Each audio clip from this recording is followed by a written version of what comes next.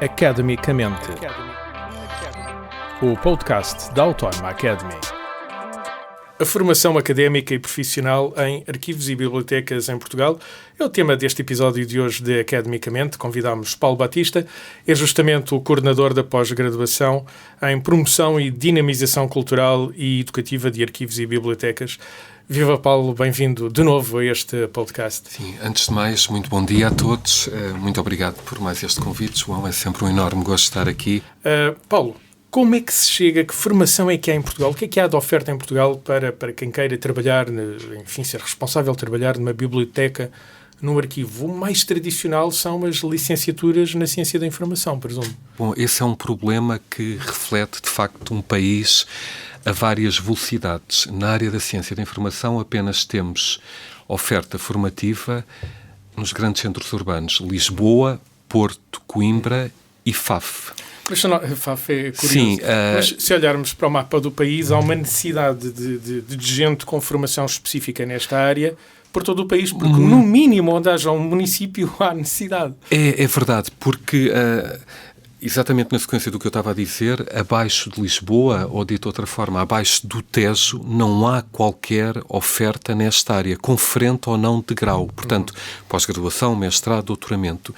E, por esta razão, a oferta formativa online, à distância, muito mais do que uma opção, é um destino natural. Porque É uma necessidade. É uma necessidade porque permite chegar a uma geografia muito ampla e, de facto, temos evidências muito fortes nesse sentido. A pós-graduação em promoção e dinamização cultural e educativa de arquivos e bibliotecas online. Já vai na quarta edição, é integralmente online e, com exceção da primeira edição, que sabemos que é sempre uma edição crítica, no sentido em que é um curso novo, não é conhecido. Ao mercado pela primeira vez. Assim. Exato. Todas as demais edições esgotaram e de tal forma que já temos 2 edições por ano e já temos indicadores muito claros nesse sentido. Ou seja, se este curso fosse presencial, nunca se teria realizado, porque, por exemplo, na formação, na quarta edição, que se encontra a decorrer neste momento, temos apenas 4 alunos de Lisboa. Temos, então, uma geografia muito ampla que vai de norte a sul, do litoral ao interior profundo. Inclusive, temos chegado, em quase todas as edições, às regiões autónomas da Madeira e dos Açores.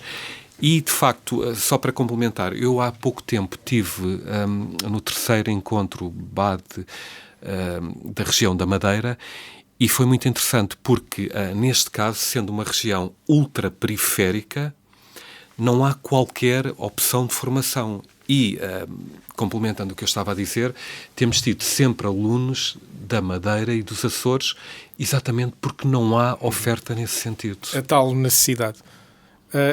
Paulo, se pensarmos na dispersão geográfica, enfim, na potencialidade do ensino online, percebe-se porque é que uma pós-graduação nesta área é preferencialmente online, é não presencial. Enfim, a geografia assim o pede, as necessidades assim o pedem. Mas há 2 vetores que eu gostava de abordar aqui. Um é quem é que são estas pessoas que procuram formação em arquivos e bibliotecas. E se calhar podemos começar por aqui. E o outro vetor é o que é que há de novo nesta formação, porque tenho a noção, ao frequentar algumas bibliotecas, que há uma nova vida, há uma necessidade de abrir o arquivo, de abrir a biblioteca à comunidade. Isso é razoavelmente novo. Sim, lá está, envolvendo tudo o que eu estava a dizer. Portanto, o nosso perfil de aluno está claramente definido. Ou seja, é um aluno trabalhador estudante e que, por isso mesmo, sendo a esmagadora maioria dos cursos na área da ciência da informação cursos presenciais, em horário laboral, isto coloca muitas dificuldades ao trabalhador estudante, portanto, que muitas vezes chega a casa às 18, 19 horas, depois tem compromissos familiares, tem filhos, tem que dar explicações, fazer os trabalhos da escola, jantar com a família, etc. Bom, e entretanto, como que por magia, chegamos às 10, 11 da noite. E, portanto, é muito difícil. E este curso, lá está, sendo não só integralmente online, mas também pós-laboral, desenvolve-se entre as 19 e as 22 horas, preenche um vazio, uma necessidade muito grande para estas pessoas que são a grande maioria dos trabalhadores estudantes. Portanto, vem preencher uma necessidade muito clara de oferta formativa. E exagero se disser que há esta nova forma de olhar para os arquivos e para as bibliotecas com esta profunda ligação à comunidade, ou é mesmo assim? Sim, não, isso é... eu não poderia estar mais de acordo com o que acabou de dizer, ou seja, o paradigma das unidades de informação, sobretudo arquivos, bibliotecas, centros de documentação, museus, etc., é aquela perspectiva que fez escola até há 20, 30 anos, portanto, uma perspectiva custodial da informação, acabou. O fiel depositário da informação. Exato. Agora, a informação vale, sobretudo, pela utilização, pelo usufruto que os respectivos públicos das comunidades onde se inserem fazem dessa mesma informação. Ou seja, é fundamental os arquivos e as bibliotecas criarem produtos, outputs de extensão à comunidade. E como é que isto é feito? Através de a realização de exposições, idealmente produzindo os respectivos instrumentos de acesso à informação, como guias, catálogos, inventários, etc. Bom, também a existência de um serviço educativo.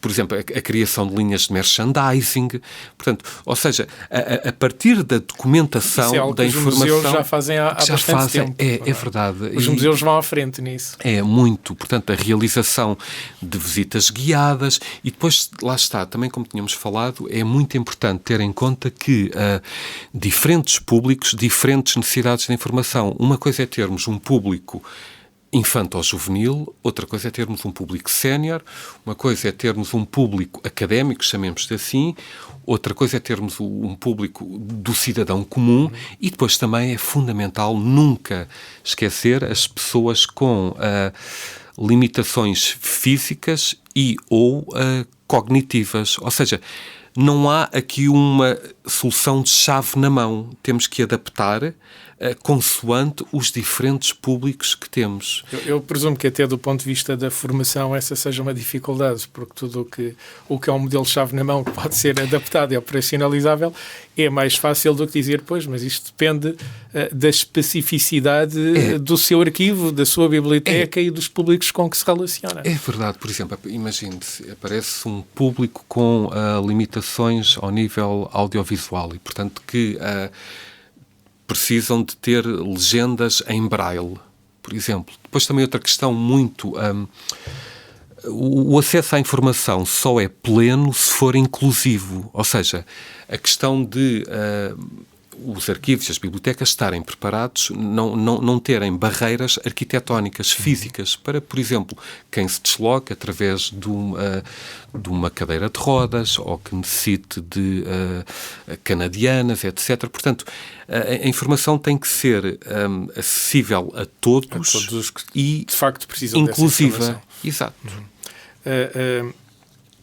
A própria sobrevivência destes locais necessita desta relação com a comunidade? É fundamental. Portanto, o arquivo e a biblioteca têm que sair de si própria, das suas instalações, dos seus equipamentos, portanto, têm que se estender à comunidade. Pessoas, comunidade, informação. No fundo, são estas três palavras que devem estar intimamente relacionadas. De nada serve termos arquivos e bibliotecas de excelência e com profissionais altamente qualificados se não existir um envolvimento profundo da comunidade onde essa unidade de informação se localiza. E nesta forma de ver, de ensinar aquilo que se pode dinamizar, promover culturalmente, tanto nas bibliotecas como nos arquivos, contempla-se então estes diferentes públicos, diferentes especificidades, geografias de cada arquivo.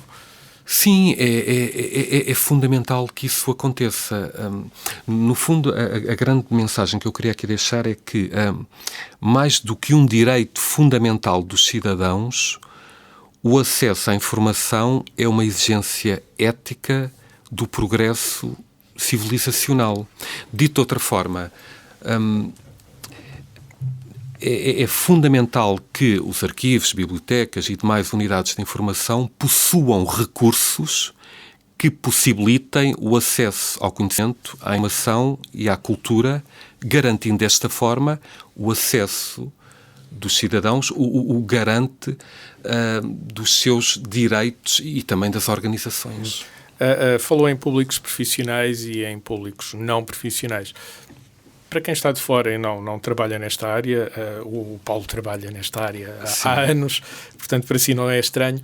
Quando falamos de públicos profissionais podemos estar a falar de quê? Porque olhamos para a biblioteca e quem já frequentou uma biblioteca municipal vê estudantes, vê gente que quer ler um romance, mas depois os arquivos parece que são um mundo diferente. Há coisas que são mesmo muito viradas para um uso profissional, certo? Sim, mas vai muito para além disso. Portanto, muitas vezes, temos os alunos das escolas, temos a comunidade em sentido alargado e, mais do que isso, é assim, os arquivos e as bibliotecas não valem apenas como unidades de cultura, informação, conhecimento. Temos uma população extraordinariamente envelhecida e muitas vezes eu reparo nessa realidade de pessoas normalmente com uma idade avançada que vão ao arquivo e à biblioteca porque querem estar com alguém, querem ter um contacto social. Muitas vezes pessoas de idade em então, que o marido ou a mulher já faleceu, podem ser pessoas sozinhas, bons locais de socialização. Sem dúvida. Ligados sim, à cultura, claro, à informação. Sim. Do meu ponto de vista, e permitam-me a ousadia dizer isto, deve ser tão natural ir a um arquivo e a uma biblioteca, sendo que as bibliotecas aí estão muito à frente nesse contacto com as comunidades onde se inserem comparativamente com os arquivos, mas dizia, deverá ser tão natural os cidadãos, em sentido alargado, independentemente da formação, da idade, etc., irem a um arquivo ou uma biblioteca, do mesmo modo que vão a um jardim, a um centro comercial, etc. Sigo com alguma atenção atividades do Arquivo Municipal de Lisboa. Noto que quando falou há pouco de outputs, tive que me lembrar que de facto eles produzem livros, exposições, enfim, a partir dos acervos dos quais são depositários, acabam por produzir esses outputs e oferecê-los à comunidade. É verdade. Naturalmente está tudo, isto também cose muito bem com as questões orçamentais financeiras, não é? Em tempos de crise, nós sabemos, a cultura é o parente pobre dos orçamentos, não é? A cultura não ganha eleições, digamos assim. Portanto, sempre que há cortes, a cultura é uma área que sente isso de forma mais vincada. Mas, portanto, tudo isto está dependente, pelo menos de forma parcial, das questões financeiras, dos recursos que têm nesse sentido. Mas, de facto, as possibilidades são muito grandes. Mesmo com essas limitações financeiras, é muito importante produzir produtos e evidências de extensão à comunidade que envolvam a mesma. Que envolvam a comunidade. Falou das várias geografias por onde andam os estudantes desta pós-graduação. Eu presumo que, olhando para um arquivo ou uma biblioteca como um espaço de socialização, isso no interior do país seja extraordinariamente mais importante até do que nas grandes cidades, em que há tanta oferta de locais de socialização. É verdade. Um indicador muito forte, porque já temos 4 edições, portanto já é possível extrair métricas muito sólidas, é que, de facto, temos chegado a todos os pontos do país, por vezes até, como eu dizia há pouco, ao Portugal profundo, até vilas e mesmo aldeias absolutamente improváveis e, voltando ao que disse no início, é uma grande mais-valia que este curso tem porque, sendo integralmente online, possibilita que qualquer pessoa em qualquer ponto do país consiga frequentar o mesmo. Paulo, dado que há tanta gente a trabalhar que nem sequer tem uma licenciatura então nesta área, como referiu, o acesso a esta pós-graduação pode ser feito por não licenciados? Sim, pode. Esta pós-graduação, nas 4 edições, com exceção de apenas uma, tem tido sempre alunos com o 12º ano. Portanto, é mesmo gente que precisa de formação na profissão que está a desenvolver. Sim, sem dúvida, exato. Porque também, complementando o que eu disse, os números dizem-nos que nas organizações, em muitos municípios, temos sobretudo assistentes técnicos e operacionais, ou seja, com o 12º ano e menos técnicos superiores, portanto já com o grau de licenciatura. Vamos falar de oportunidades. quem faz uma formação, em princípio não o vai fazer por belo prazer, por recreação, é porque tem um fito profissional. Sim. Se olharmos para Portugal, como é que andamos no campo das oportunidades, justamente nas bibliotecas e nos arquivos? A área da ciência da informação, que há uns anos chamava as ciências documentais, continua a ser uma área muito apetecível em termos de saídas profissionais. E, de facto, é muito importante verificar que longe vai o tempo em que os alunos que procuravam as ciências documentais, agora a ciência da informação, vinham em geral das ciências humanas e sociais e em particular de história. E nós, de facto, verificamos... Era algo muito associado às faculdades também de letras, de história, não é? Lá está, letras em geral e história em particular. Agora temos alunos, por exemplo, com formação em fisioterapia, arquitetura... portanto, temos áreas absolutamente improváveis, singulares, fora da caixa. Isto diz-nos duas coisas, que o perfil do bibliotecário e arquivista em termos de formação mudou totalmente, e depois que, existindo pessoas com formação em áreas, como eu disse, improváveis, têm uma apetência por trabalhar em arquivos e bibliotecas. Ou seja, temos dois perfis de alunos. Uns que frequentam esta pós-graduação porque querem uma espécie de reciclagem, querem adquirir, renovar novas competências na área. E há até estas novas competências do campo de vista justamente da promoção. Não é? E depois temos pessoas que, trabalhando noutras áreas, querem ingressar na área dos arquivos e bibliotecas, e depois ainda uma, infelizmente, que num cenário ideal não existiria, que é de... pessoas que estão desempregadas e procuram esta formação exatamente para tentar entrar nesta área profissional. Sim. Como uma ferramenta de reconversão profissional. Então continua a ser, apesar de ser o parente pobre, como disse, uma vez que a cultura não, ou a informação, o acesso à cultura não move muito para eleições, continua a ser o parente pobre, mas há necessidade de pessoas com formação específica na área. Há muita necessidade, sim. Isso também temos indicadores muito claros de concursos que abrem na área de arquivos e bibliotecas e as vagas existentes não são preenchidas. Portanto, há um número de candidatos inferior ao número de vagas existentes. Necessárias. Só para consolidar o que eu estou a dizer, como eu disse, estive recentemente na Madeira, num encontro da BAD, da respectiva delegação da BAD. A BAD, portanto, é a Associação Profissional de Bibliotecários, Arquivistas, os profissionais da informação, portanto, expressão que destaco pela abrangência. Mas dizia, por exemplo, na área de arquivo, a região autónoma da Madeira, portanto, que é uma região ultraperiférica, tal como a dos Açores, esta região autónoma tem 11 municípios. Destes 11, apenas 2 é que têm arquivos. E nestes 2 arquivos temos um total de 12 profissionais. É muito pouco. Mas depois, outros indicadores muito importantes. Destes 12 profissionais, 80% não têm formação universitária, ou seja, ou têm o 3º ciclo ou o 12º ano. E depois, 10% têm pós-graduação na área e os outros 10% têm outro tipo de formação em ciência da informação. Ou seja, temos, em termos de categorias profissionais, a quase totalidade das pessoas, dos profissionais que trabalham nesta área, na região autónoma da Madeira, são assistentes técnicos operacionais, portanto, têm o 12º ano ou menos, e depois os poucos técnicos superiores que existem, que são os responsáveis, quer como coordenadores, chefes de divisão, diretores de departamento dos arquivos e bibliotecas, não são pessoas com formação na área da ciência da informação. Específica nessa área, sim. Então, fica a dica. De facto, mesmo em regiões ultraperiféricas há esta necessidade de formação específica na área da dinamização cultural e educativa das bibliotecas e dos arquivos.